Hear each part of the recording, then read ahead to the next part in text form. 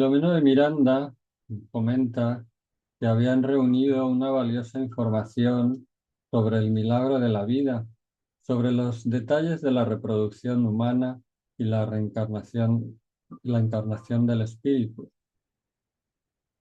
La vida, que no siempre se valora por los seres humanos cuando se mantienen alejados de los valores éticos y morales, la fe religiosa y los compromisos acordados antes de encarnar en esta existencia física. Nos comenta también en este capítulo que estuvieron visitando los grupos familiares que se comprometieron a participar en la reconstrucción de la nueva tierra y de la felicidad de quienes la habitarían en un futuro, así como aquellos que se habían comprometido también de forma espontánea cuando apreciaron que se estaba produciendo la revolución del amor. En el capítulo 11 de la Génesis se expone que en ciertas épocas reguladas por la sabiduría divina, esas emigraciones e inmigraciones se producen en masas más o menos considerables, a consecuencia de las grandes revoluciones que les acarrea la partida simultánea en cantidades enormes, que de inmediato son sustituidas por cantidades equivalentes de encarnaciones. Por consiguiente, es preciso considerar los flagelos destructores y los cataclismos como ocasiones de llegadas y partidas colectivas, recursos providenciales para la renovación de la población corporal del globo, que se robustece mediante la introducción de nuevos elementos espirituales más purificados.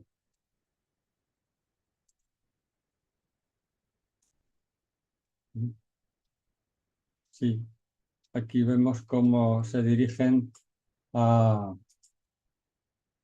que al hacer el seguimiento en los hogares de Hermenegildo y Rosalinda, Alonso y Eunice, y así como otros que participaban en la tarea renovadora, los procesos reencarnatorios se desarrollaban según lo esperado.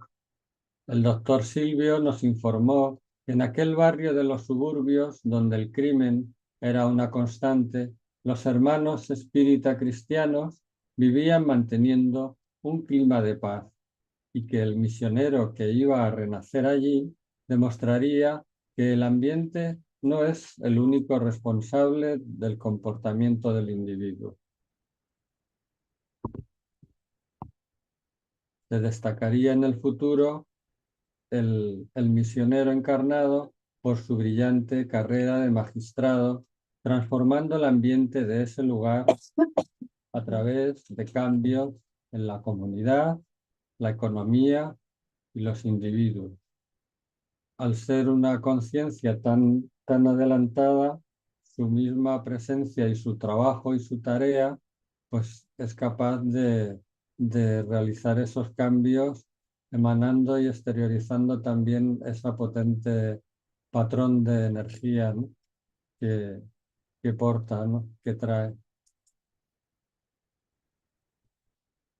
Ahora, según el capítulo segundo del cielo y el infierno, en el ítem 17, cada mundo posee de alguna manera su propia población de espíritus encarnados y desencarnados, alimentada en gran parte mediante la encarnación y la desencarnación de esos mismos espíritus. Esa población es más estable en los mundos inferiores, donde los espíritus están más apegados a la materia, y es más fluctuante en los mundos superiores. Desde estos últimos, verdaderos focos de luz y felicidad, los espíritus se dirigen hacia los mundos inferiores a fin de sembrar en ellos los gérmenes del progreso, llevarles consuelo y esperanza y levantar los ánimos abatidos por las pruebas de la vida. En ocasiones también encarnan allí para cumplir su misión con mayor eficacia. Y esto es lo que ocurre con todos estos espíritus, este grupo de conciencias que vienen de Alcione y de lugares más adelantados para, como dice aquí, con el fin de sembrar los gérmenes del progreso, traer consuelo y esperanza y levantar estos ánimos abatidos.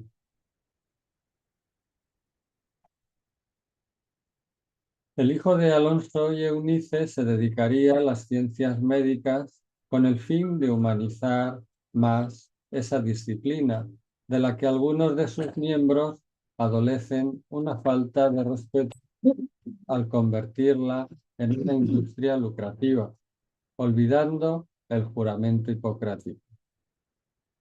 Otros misioneros estaban comprometidos con diversas áreas de conocimiento científico y filosófico desde la vivencia ética, especialmente en la política, transformando los modelos de conducta vigentes, haciendo respetar las leyes desde su ejemplo. Perdón. En el capítulo 18 de la Génesis, Kardec señala que esta oportunidad no se trata de un cambio parcial o de una renovación circunscrita a una determinada región, a un pueblo o a una raza. Se trata de un movimiento universal que se realiza en el sentido del progreso moral. Tiende a establecerse un nuevo orden de cosas y hasta los hombres que más se oponen al cambio contribuyen a él sin saberlo. La generación futura, desembarazada de las escorias del viejo mundo y formada por elementos más depurados, estará animada por ideas y sentimientos muy diferentes a los de la generación actual, que se retira a pasos agigantados.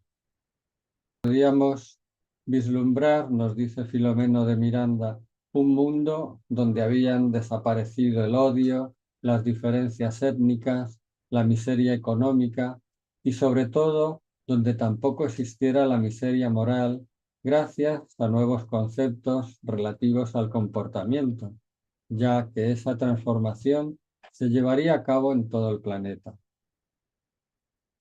Aunque esa transformación se halla en desarrollo en todas partes, en los guetos espirituales inferiores, los enemigos del bien urden ataques y traman venganzas atroces contra los seres humanos, tanto hacia los espíritas sinceros como nuevos cristianos, como a tantos servidores del Evangelio de Jesús esparcidos por el mundo, así como a personas honestas, valerosas y dignas que no se vinculan a religión alguna.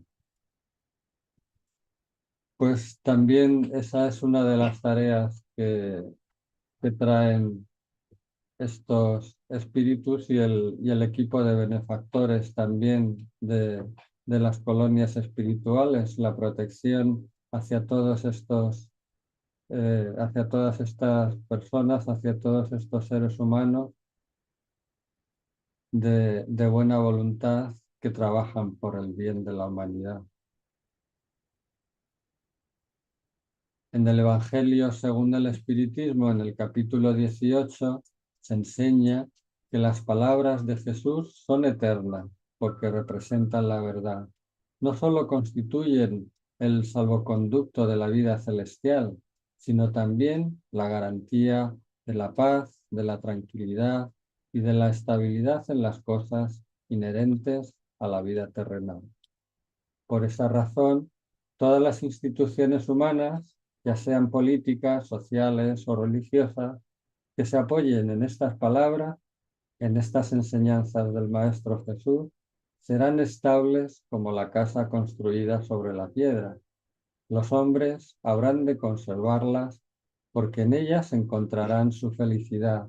Sin embargo, las instituciones que constituyan una violación de esas palabras serán como la casa edificada en la arena. El viento de las revoluciones y el río del progreso las arrastrarán.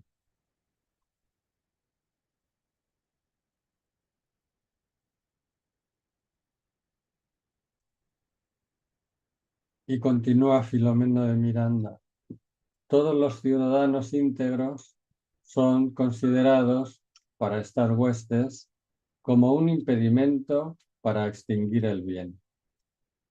Las subyugaciones y vampirizaciones colectivas se presentarán en mayor número, así como la seducción en los juegos de los placeres sórdidos. A pesar de esas influencias y persecuciones, el amparo existe para todos, salvo cuando se permite voluntariamente un vínculo con las fuerzas infames. Así que ya nos está dando ahí un mensaje, ¿no? Que a pesar de toda esa insistencia de esas huestes perversas, a pesar de ese aumento de las subyugaciones y vampirizaciones energéticas, ese amparo existe para todos, ¿no? Siempre y cuando nos mantengamos bien asegurados a, a nuestros principios y alejados de ese vínculo con las fuerzas infames. Ya en el cielo y el infierno, en el capítulo 3, en la primera parte, nos dice que mientras que los espíritus más dignos componen ante la mirada misma de Dios el Consejo Supremo, a los jefes superiores se les atribuye el comando de los torbellinos planetarios y a otros se les confía el de mundos específicos.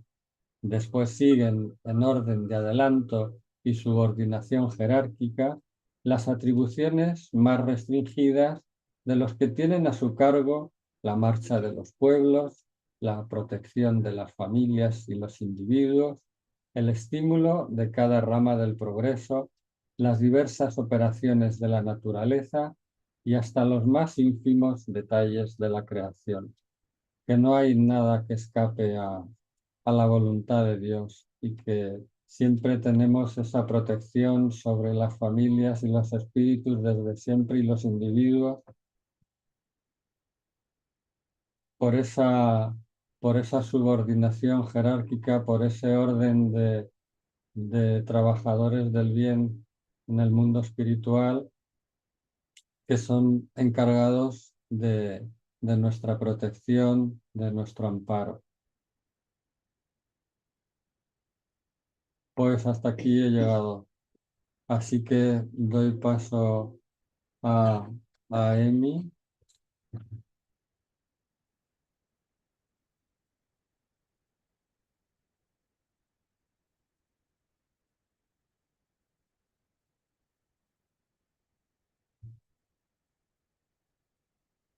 Bueno, dice, los miembros de la Grey autodenominada el mal se acercan a los médiums invigilantes para inspirarles comportamientos incompatibles con las enseñanzas del Maestro Jesús y de los espíritus superiores, a través de la codificación de Allan Kardec, haciéndoles participar en espectáculos donde la mediumnidad es ridiculizada y otros para utilizarla manipulando a las personas en beneficio personal,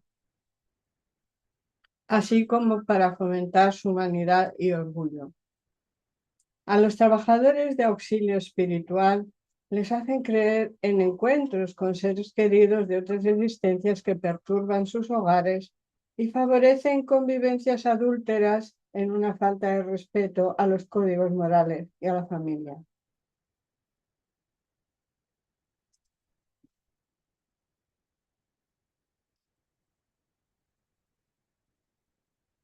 En el capítulo 14 de la Génesis, ítem 45 al 49, indica que los malos espíritus pululan en torno de la tierra a causa de la inferioridad moral de sus habitantes.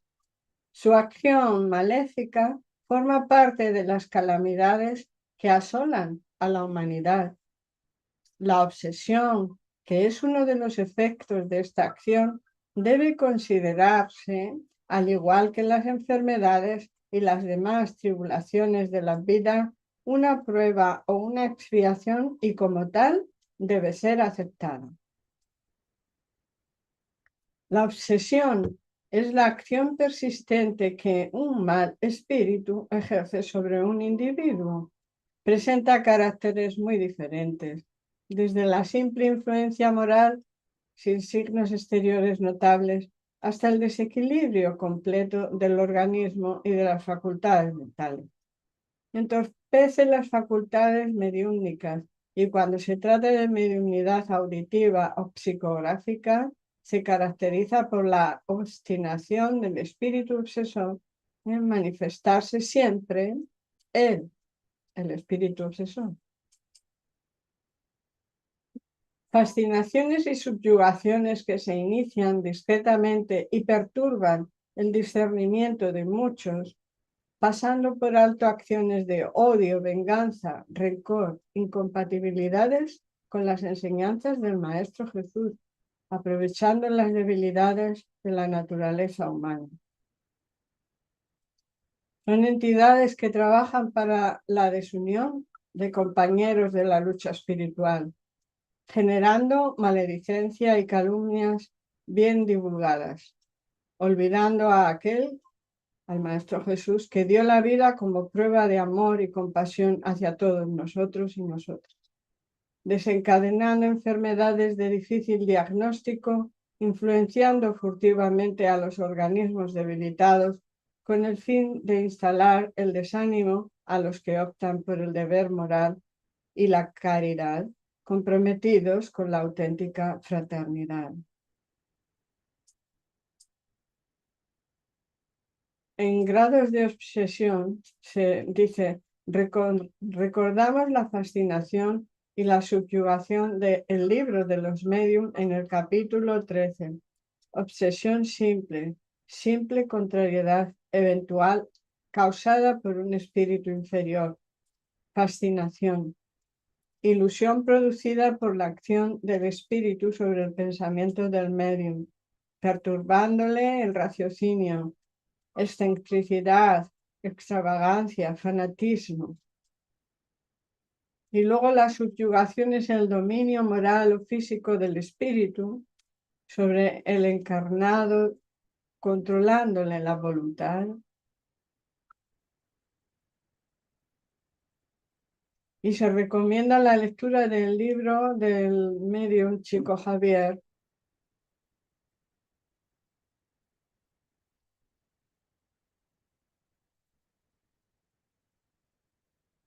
dice, en el libro de Kardec, que es el espiritismo, en el capítulo 2, ítem 70, se indica que un hecho importante a considerar es que la obsesión, sea cual fuere su naturaleza, es independiente de la mediunidad y que se le encuentra en todos los grados, principalmente en la subyugación, en una gran cantidad de individuos que nunca han escuchado hablar de espiritismo.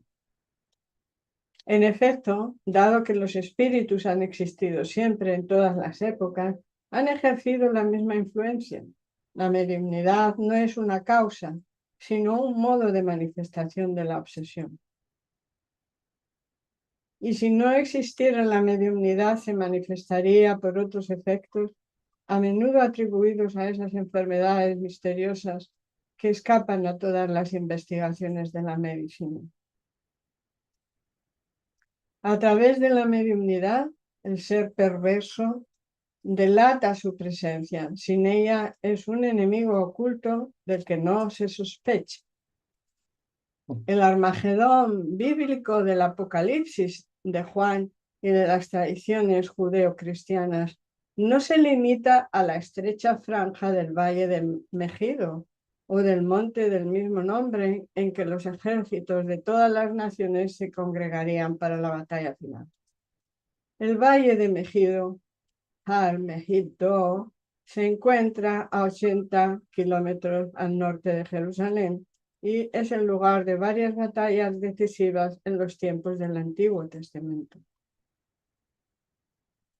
El gran conflicto final que se efectuará poco antes de la segunda venida del Señor lleva el nombre de la batalla de Armagedón, porque la lucha comenzará en el sitio que lleva ese nombre.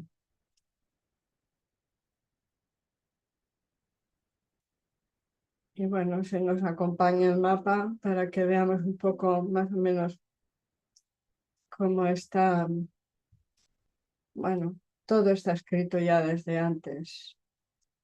Bien, bueno, seguimos compartiendo la información que sin duda es necesaria que tengamos, la rememoremos o la comprendamos mejor si no teníamos idea de todos estos detalles. Sigue diciendo, el planeta en su totalidad puede ser denominado ahora el Valle de Josafat, donde ya se reúnen las batallas de exterminio que darán lugar a la victoria del Señor de misericordia sobre la impostura y perversidad. El Señor de misericordia viene siendo el Maestro Cristo Jesús, el que nosotros pues tenemos como maestro de maestros y maestras. En la enciclopedia se explica que Josafat, Safat, significa Yahvé ha juzgado o juicio de Yahvé. La batalla del valle de Josafat, mencionada en el libro de Joel, es una batalla simbólica que se representa con el juicio final de Dios sobre sus enemigos, pero también la redención y salvación de su pueblo. Es un recordatorio de que Dios es nuestro refugio y fortaleza y que aún en las más grandes batallas siempre nos protegerá y guiará. Perdón.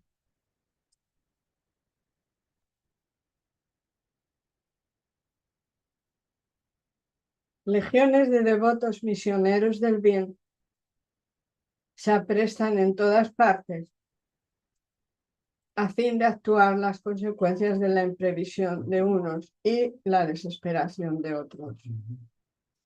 Perdón, a fin de atenuar las consecuencias de la imprevisión de unos y la desesperación de otros. Las advertencias de los mentores en los grupos espíritas son constantes, aunque incomprendidas por quienes están sordos para la verdad, distraídos por la materia frente a la renovación moral intransferible, olvidando las responsabilidades asumidas, fascinados como modernos narcisos.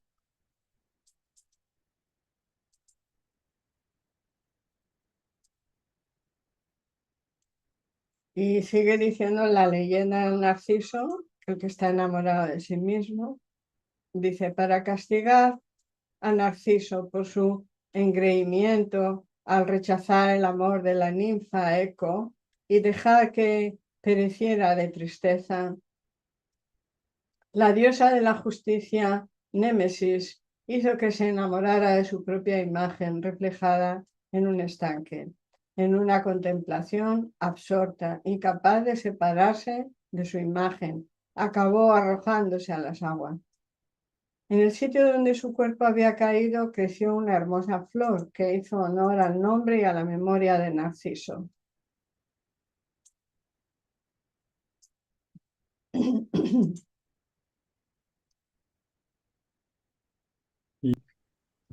A vosotros. Oportunamente, el doctor Silvio nos informó que se encontraba programando un encuentro con un antiguo rabino judío que había sido sacrificado en aquellos días terribles en España, cuando quienes no eran católicos fueron expulsados de aquellas tierras. Bueno, fue muy trágica en aquella situación, a que los musulmanes y los judíos fueron rechazados por los católicos, y entonces o se convertían al catolicismo o eran pues, castigados, mutilados, asesinados, lamentablemente, como ahora en algunos sitios. Ya conocíamos la sociedad espírita en la que se llevaría a cabo la actividad de nuestro benefactor con el invitado espiritual. Las comunicaciones, a ver, estamos aquí en el libro de los medios, habla sobre las comunicaciones formales. Las comunicaciones formales son graves en cuanto al objeto y a la manera como se hacen.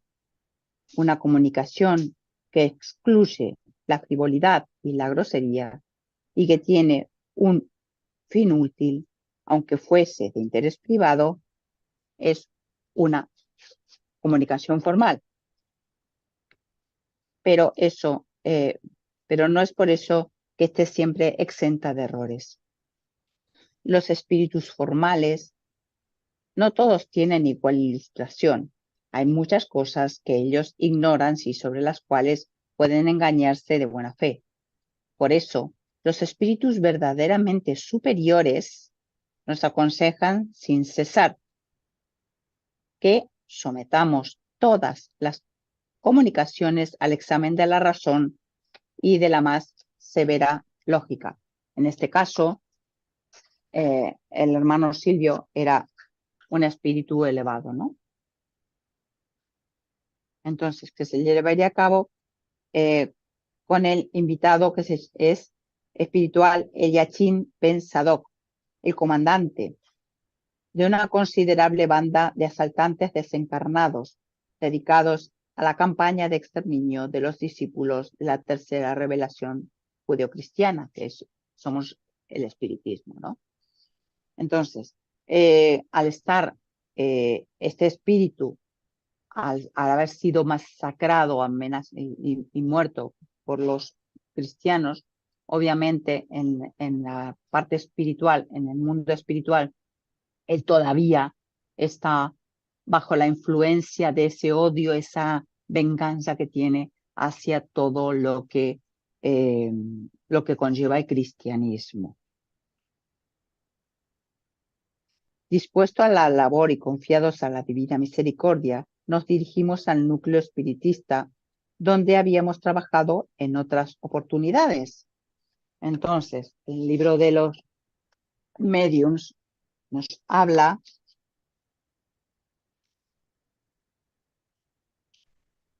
sobre cuáles son las condiciones necesarias para que la palabra de los espíritus superiores nos llegue pura de toda alteración.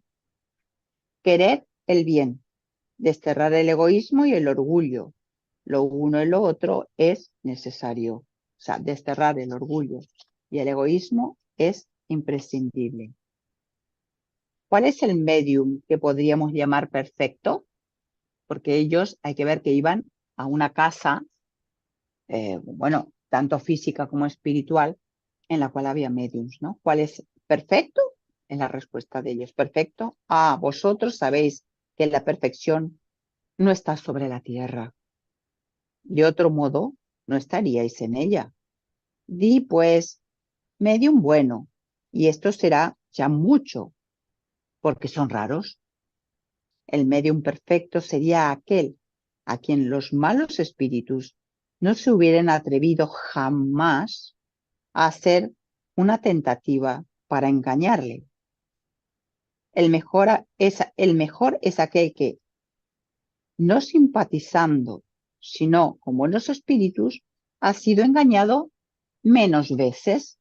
Eso que nos enseña que en la tierra todos tenemos, nadie puede tirar la primera piedra, ¿vale? Todos tenemos nuestros defectos y entonces tenemos que pedir mucho a los espíritus superiores para que ellos nos guíen en las respuestas que podemos recibir de todos los espíritus que tengamos a nuestro alrededor.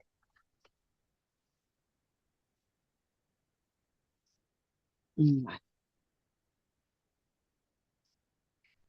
Luego sigue aquí diciendo: la institución se dedicaba al estudio de la codificación del espiritismo de acuerdo a los austeros métodos empleados por Allan Kardec, que destaca la tarea educativa en sus diversos aspectos, pues no se limitaba a los espíritus reencarnados, sino también incluía a los desencarnados que sufren y a los que ignoran las leyes divinas. Cuando vienen los espíritus superiores, por suerte también, supongo que porque en una parte de su ser, esos espíritus inferiores también sienten la atracción de poder venir a las reuniones y posiblemente encontrar en ese momento la luz que tanto necesitan o que tanto ansían en el fondo de su ser, literalmente, en el fondo de su ser. Cuando llegamos, los programas se estaban aplicando a pleno. Las salas de estudios y de auxilio de fluidoterapéuticos se encontraba repleta de trabajadores serios y de necesitados de ambas esferas de la vida. Bueno, yo creo que en esa foto que acabas de poner, José, está perfectamente explicado esto, ¿no? Que los mediums son los encargados de transmitir lo que los espíritus superiores les van diciendo y apoyando a todos los seres que están vivos, ¿no? Incluso espíritus superiores apoyando a espíritus inferiores que están también desencarnados. La movilización de espíritus deseosos de comunicarse con sus familiares era intensa, del mismo modo que la de los individuos atormentados por diversos problemas, quienes se habían dirigido a la casa espírita para recibir orientaciones y consuelo respecto a los dramas que cargaban como cruces ocultas, íntimas y aflictivas. Emi lo acaba de decir, los obsesores, los subyugados, los obsesados, perdón, los subyugados, ¿vale? Cuando el responsable de la conferencia llegó, pudimos notar la alegría sincera que se dibujó en muchos rostros. Al verlo, las personas angustiadas transformaron sus expresiones de dolor y comenzaron a exteriorizar vibraciones de simpatía con las que envolvieron al trabajador de Jesús. Yo me imagino a este momento en el cual va pasando Silvio y entonces Silvio y todo su séquito, pero bueno, en este caso él, y entonces todas las vibraciones de las que él emana van iluminando a tantos seres encarnados y en ese momento también desencarnados y aliviando sus pesares y como una música celestial que inconscientemente va llegando y va tranquilizando a los seres. Lo acompañamos de cerca y escuchamos los ruegos emocionados en voz alta o mentalmente por muchos de los presentes que confiaban en la inspiración del orador, así como en las bendiciones que habrían de recibir durante el mensaje de que eran portadores. El doctor Silvio nos dijo, un segundito, porque aquí sí los espíritus. ¿Sí?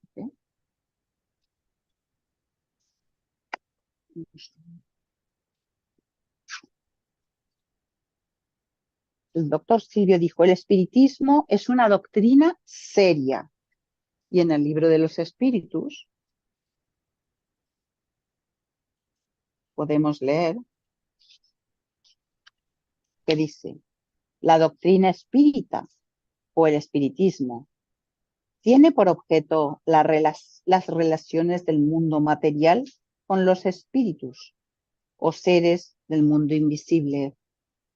Los adeptos al espiritismo serán los espíritas o, si se quiere, los espiritistas. Somos una doctrina, una filosofía muy seria y tan respetable como cualquier otra doctrina a la que nosotros también respetamos plenamente. Entonces, dice, el espiritismo es una doctrina seria que no puede ser utilizada para futilidades ni para la promoción personal de sus miembros. Creo que lo había dicho, o José o Emi, también justamente este mismo sentir, ¿no? Que las futilidades no deben existir en la doctrina. Cuando algún trabajador expone un bello mensaje portador de alegrías, en representación del consolador que prometió Jesús, no puede admitirse que lo convierta en un espectáculo hilarante para diversión de los frívolos, que también vosotros lo dijisteis anteriormente. Casi todas las personas, al igual que los espíritus que acudieron a este lugar, son portadores de graves problemas que los atormentan y ansían recibir una oración que les transmita equilibrio y apoyo fraternal, a fin de que recuperen las fuerzas que les permitan continuar la marcha hasta el momento de la liberación orgánica. Y hay una parte muy bonita del libro de los mediums, en el capítulo 31, que dice: no os asustéis por ciertos obstáculos y por ciertas controversias. No atormentéis a nadie con ninguna insistencia. La persuasión no llegará a los incrédulos, sino por vuestro desinterés, por vuestra tolerancia y vuestra caridad para todos sin excepción. Guardaos sobre todo de violentar la opinión, ni con palabras, ni con demostraciones públicas. Cuanto más modestos seréis, más conseguiréis haceros apreciar. Que no os haga obra ningún móvil personal y encontraréis en vuestras consecuencias una fuerza atractiva que solo el bien procura. Los espíritus trabajan por orden de Dios para el progreso de todos sin excepción. Vosotros, espiritistas, haced lo mismo. Esto lo ha dicho San Luis. Y esto es también una parte de lo que vosotros dijisteis hace un ratito, ¿no? El espiritismo hay que trabajar, hay que trabajar y trabajar. Pues y hasta aquí he llegado.